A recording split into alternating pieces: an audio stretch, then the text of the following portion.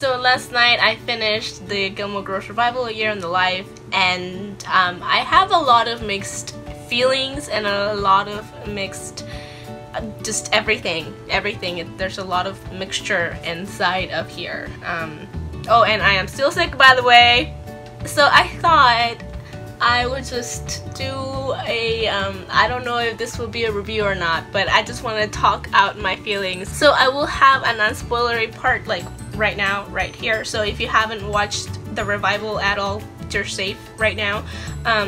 Overall, I thought it was different. I thought it was unexpected. I didn't see this coming. I didn't see a lot of what happened in the revival happening. It was just unexpected, and I was a little shocked by a lot of key aspects of the show. It felt a little bit different than the original. I would recommend you watching the whole thing because the first 3 episodes give you a story to follow and questions that will be answered in the fall episode, but still the fall episode is the best one. I think that one gives you a lot of more closure, and it I don't know what kind, could you call it closure really? No, but it does give you a sense of more satisfaction, and it does feel a lot more Gilmore Girls-esque from the original series. It feels a lot more easy, it feels a lot more at home.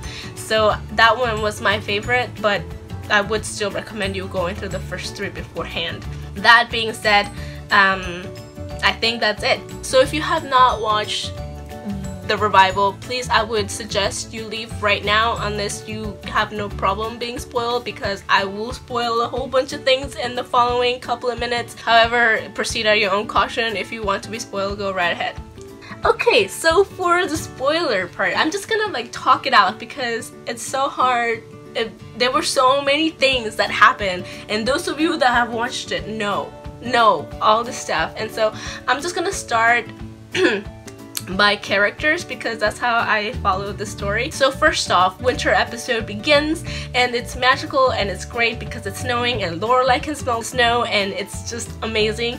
And the first 2 characters that you see is Lorelai and Rory, and Rory is just coming back from a flight from, I don't know where she's flying in from, but she doesn't have an apartment, so she doesn't really have a home. I was a little confused because I wasn't sure if she was jobless or if she was working on a job or if she was transitioning to the job and writing that book for that one lady that was super annoying. So that was a little bit confusing for me, but that introduction I thought was pretty on point because it gave you that original Gilmore Girls feeling where they just talked a lot, they talked real fast, and then they moved on to eating and joking and drinking coffee and meeting Luke, and that was amazing.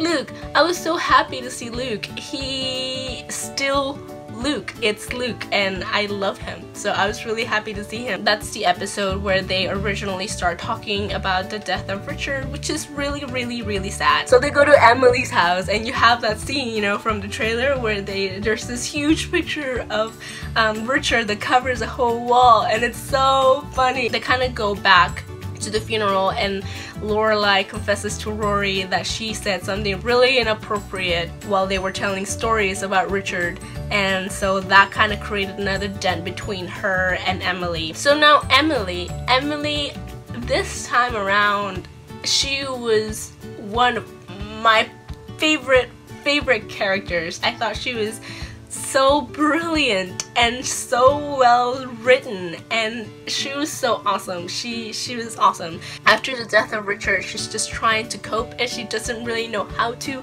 and so she tries different things. You know, she tries giving everything out from her house, she tries going to therapy and all this stuff, and it just doesn't work.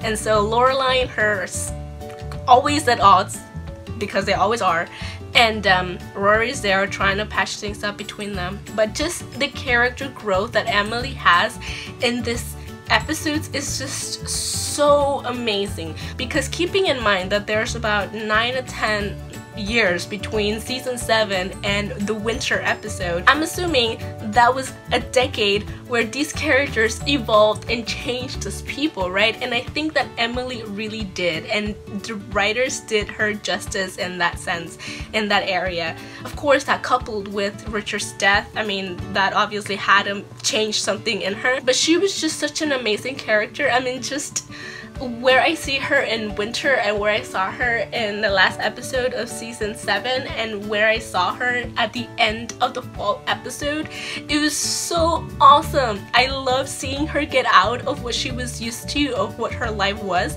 leaving the DAR, cursing out the DAR, wearing jeans, wearing sneakers, moving to another little town by the beach, teaching history. Oh, I loved Emily. She was so awesome. Now, I'm contrasting that, and I'm making this point to Rory's character. I personally was not a fan of the last 2.5 seasons of the show, the original show, and I have to say the first 3 episodes of the revival felt a lot like those last seasons, and I was kind of sad about that. I saw Rory's character in the last episode of season 7, and I was trying to like her again, and I was okay with her as who she was as a person despite the decisions that she took. And then you hit me back up in the revival, and homegirl has not changed. She is still the same cheating brat that she was in season 4, and that just made me so sad and so upset. When I saw her with Logan in his apartment, I was like, alright, okay, you have a boyfriend, you don't really like him. Poor Paul, so sad for Paul. You don't like him, so you're hooking up with Logan because whatever stays in Vegas stays in Vegas. And then I find out that Logan is actually also engaged, and they're sleeping together, and it just, Rory, why? And why are you acting like this is normal or okay? Cheating is cheating regardless of who you are, of the chemistry you have with such and such person, or how much of a heart connection you have with Logan. It's still freaking cheating! Cheating! I was just so mad about that, because I'm like, if you really like each other, why don't you just break up with your people and get together? I mean, that would have been a better option. But I hated seeing that. I'm like, where did the last 10 years of your life go in regards to your emotional and personal growth? Because you're still the same person you were in season 4 when you cheated with Dean. And that was just very upsetting to me. That was really sad, and I hated seeing that. And also the fact that she keeps victimizing herself. She's like, I have no job, I have no this, I have no that, I have no money. And I'm like, homegirl, you're flying out to London every so often. How does that make you broke? She kept, again, telling people, oh, I'm such a failure, I don't have this, I lack this, I'm such a failure, what am I doing with my life? Until Jess comes and rescues her again. And oh my gosh, can we talk about Jess? Can we just talk about Jess? I remember when him and Rory actually dated, and I hated him. I mean, I didn't hate him, but I really disliked him, and I didn't want him to be with her. Then I saw him again, you know, in season 6, and he came back and he kind of slapped her around and was like, you're better than this, you better go back to Yale. And she did. And he kind of like just came and he woke her up, and she realized, I need to go back to school.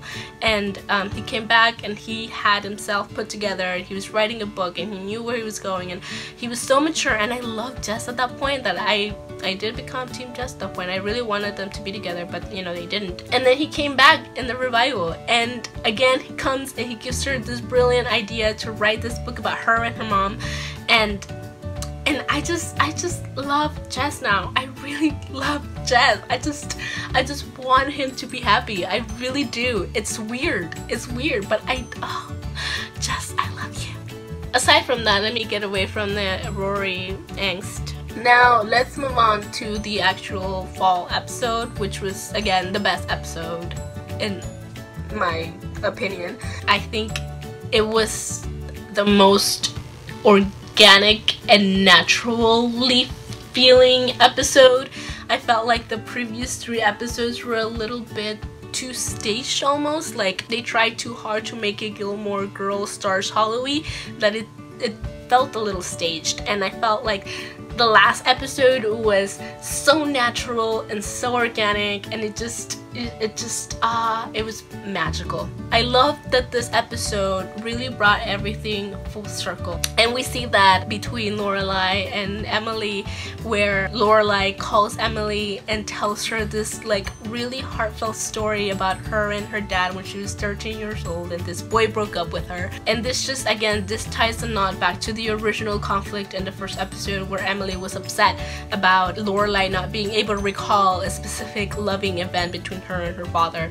And also the fact that in the fall episode, Lorelai really wants to expand the dragonfly but does not have the means to, so she asks Emily for a loan to expand the firefly, and then Emily's like, well, you're gonna have to spend a couple weeks with me in Nantucket with Luke, and you're gonna have to spend a week with me in Christmas in Nantucket with Luke.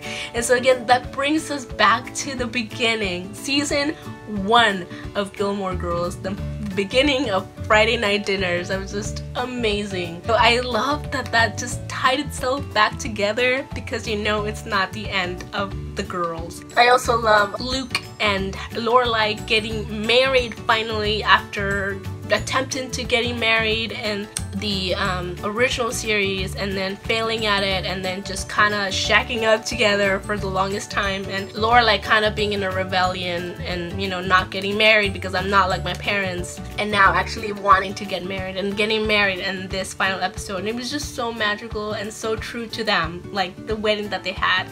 It was beautiful. And I'm losing my voice, so I'm just gonna go ahead real quick and talk about the very end.